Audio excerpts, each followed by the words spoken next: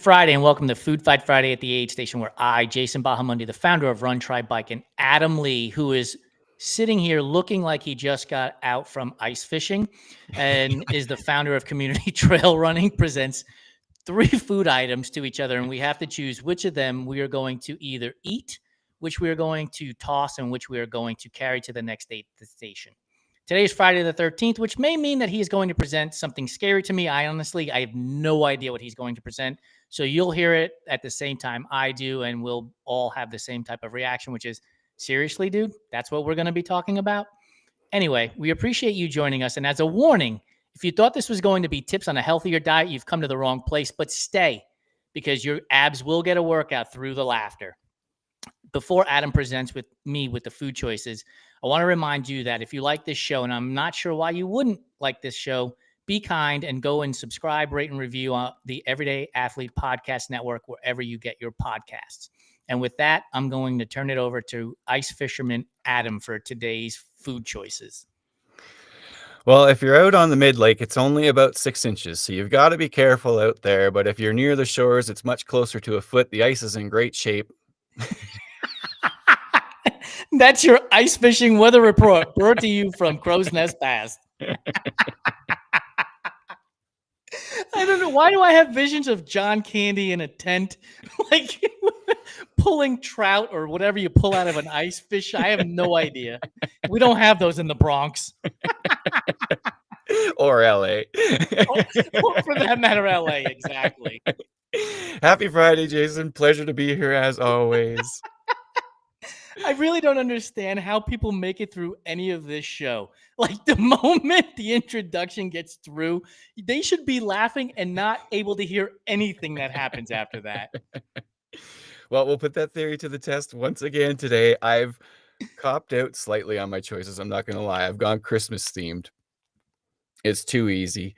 But I'm going to set the scene a little bit here for you, because that's what we do. And I've been inspired by the way you set the scene and the way we set up these races. So it is a Christmas, we're going to call it the Christmas Day Classic. Okay. So Nice. It's a 50 miler and you are dragging. So you're chasing cutoffs. This is the very last aid station. So the end of the day, everyone's like, you're with the sweeps, you're ahead, you're going to make it, but you're right at the back. Okay. So every aid station is at its most depleted possible moment. Oh, okay. And that's when you're rolling into this last aid station. You've got, let's call it 5 miles left. Okay. So the finish line is in sight. The sweeps are encouraging you. You're like, I just need some fuel. So you pull in here, and the person at the aid station, there's 2 of them, and they almost look sad. Like, not so much like sad to be there, but sad for what they have to offer you. And you look down at the table, and there is a photo of what was an amazing gingerbread house. And it's now what is left of the gingerbread house. And as you can imagine, there's like some dry icing and some gingerbread parts. And like, drops. yeah. And well, that, like, all the candy and stuff is gone. The only thing is left is like the mints, right? Like, that's all, that's the only thing you're going to get on there. So you've got like, that's the one pile, and they're kind of like, I'm so sorry. And then you look over, and there is, of course, a complete fruitcake, because they are disgusting and no one had any all day. So it's full size. It's ready to go. You could take the whole thing if you want, they tell you. They'd prefer it because then they don't need to clean it up.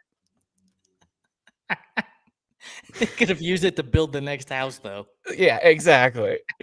And then lastly, it's just like a tall glass of eggnog. Oh, God.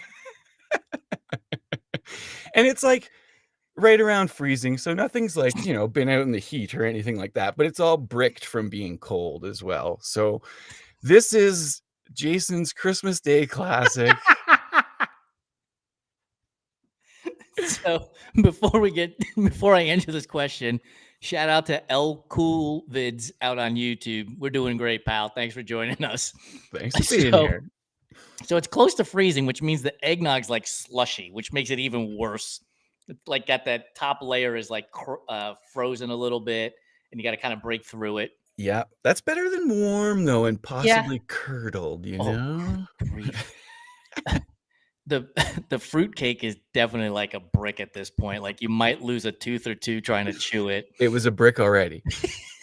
Side note, if this had been the summer, I would have said I'm going to change it to panettone, which is like the Italian version of fruitcake, and I love that. Like I could eat an entire loaf of that without any problems. But I'm going to play by the rules. I'm going to play by your rules, which is it's a frozen fruitcake. Nobody's eating it.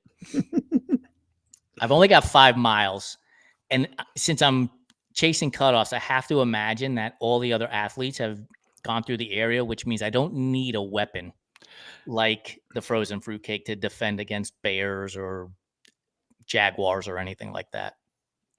And then the gingerbread scraps. Okay, first off, I'm tossing the eggnog. Like there's cream in there. Even with 5 miles to go, like I'm already chasing cutoffs. With 5 miles to go, that might push me into the DNF category, and I need to finish this race. So the eggnog is out. I'm going to carry the fruitcake with me. Maybe my body heat will warm it up enough to make it soft so that when I finish the race, I've got some carbs to recover with, and just give me the little bit of scraps of the gingerbread house, you know. And you said there was a mint on there, and mint is really good for your gut. And this is so I said you won't get tips on eating during an endurance race, but trust me, put grandma's mints in your running vest because they will help your gut if you need them to be as you're moving, or if it's a super long race and you want to get that crusty film feeling out of your mouth, the mint will help because it'll feel like toothpaste without actually having to brush your teeth. So there's your tip. Congratulations, folks. So that's it. That's what I'm doing. I'm eating the gingerbread with the mint. I'm going to carry the fruitcake in the hopes that I can soften it up so that when I cross the finish line, I've got some recovery food there, since I presume all the other athletes have ravaged through that as well. And there's not going to be much left in that scenario. And I'm fucking tossing that eggnog as far as I could possibly toss it. I'm not going to risk shitting my pants in the 30-degree Fahrenheit weather. You know, nobody wants to pull down and have their frozen buns out there. That's for sure. I think those are solid choices. Myself, I think I'm just going to slam the eggnog. I'm just going to do it. It's already been a terrible day. I'm going to roll the dice. I don't mind eggnog. Like, you know, it'd be a nice, cold, refreshing drink. Remind me, do you drink?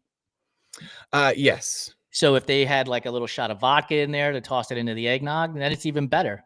It could be. Absolutely. You never know. I would roll those dice too. Absolutely. I think I'm going to like ask if I can shoot the fruitcake at the garbage bin, if they'll let me do like a little bit of basketball, you know, and like Rain Man, you know, shout out. Yes, Sean Kemp, Rain Man. For those of you who don't know, he wasn't referring to Tom Cruise and Dustin Hoffman in the movie Rain Man. REIGN, Rain Man in this case. And then I'm just going to like sweep the gingerbread into my pocket or my vest or whatever, and I'm just going to cruise. And Sheena's going to be pissed when you throw those clothes into the laundry because you're going to forget that all that gingerbread crumbly dust is in there and it's going to get all over the washing machine. Yeah, it's a good way to ruin a whole bunch of clothes for sure. And of course, I don't sort anything before it goes in the washer. So yeah, totally. You've read the situation well. You've been here. The mint is going to stick to everything. You're going to be in so much trouble with that stuff. You're like going to try to peel the shirt and stuck as the fucking mint. Oh, that's the worst when you get anything with sugar in there or whatever. To be fair, at least during the longer races, I generally carry it as like a bio bag after, you know what I mean? Like, don't touch this. Nobody touch this is bad. Don't touch this. Like Okay, so if you're listening to this episode or you've watched it live, please comment on the laundry situation when you have forgotten to empty out your pockets. Yeah, 100%. Right? Like the chapstick melts in there and it gets all over everything. The goo that you forgot that explodes in the middle of the fucking wash or in the dryer. Like we've all been there. Right. And someone out there has something weird that they put through the wash that we haven't even fathomed. We want to hear that. Absolutely. I want to hear the stories because I know you all have them. Look, we're all trail runners, ultra runners. We've done it it happens. Even you triathletes, I know you've done it too, because you've left shit in your cycling jersey. You've totally forgot because it's 97 degrees. You've ridden 100 miles, and the last thing you're thinking about is emptying your jersey pockets. That melted Snickers bar that just fucking gets everywhere. And anti-chafe all in one somehow, you know? I mean, it go down easy.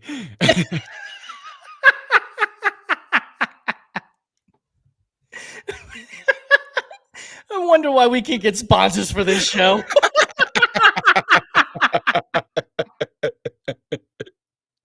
Yeah, I don't know, Jason. I have no idea why we can't be taken seriously around here, to be honest with you. Like, busting our balls out here trying to make a show. That community trail running sticker all of a sudden was like a headlamp, dude. It's so awesome. It's so perfect. I love it. Dude, thank you for making Every Other Friday just the absolute best. Before we got on the show, I was like, man, how am I going to get all this work done? It's too much shit. Like, how are we going to get this show done? And then I spend 10 minutes with you laughing, and everything in the world is better. So thank you. Thank you as well, Jason. Food Fight Friday is a hoot.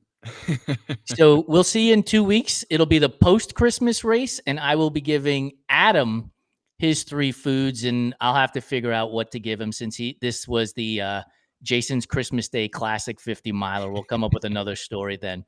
Thanks for joining us, people. Don't forget to subscribe, rate, and review the Everyday Athlete podcast.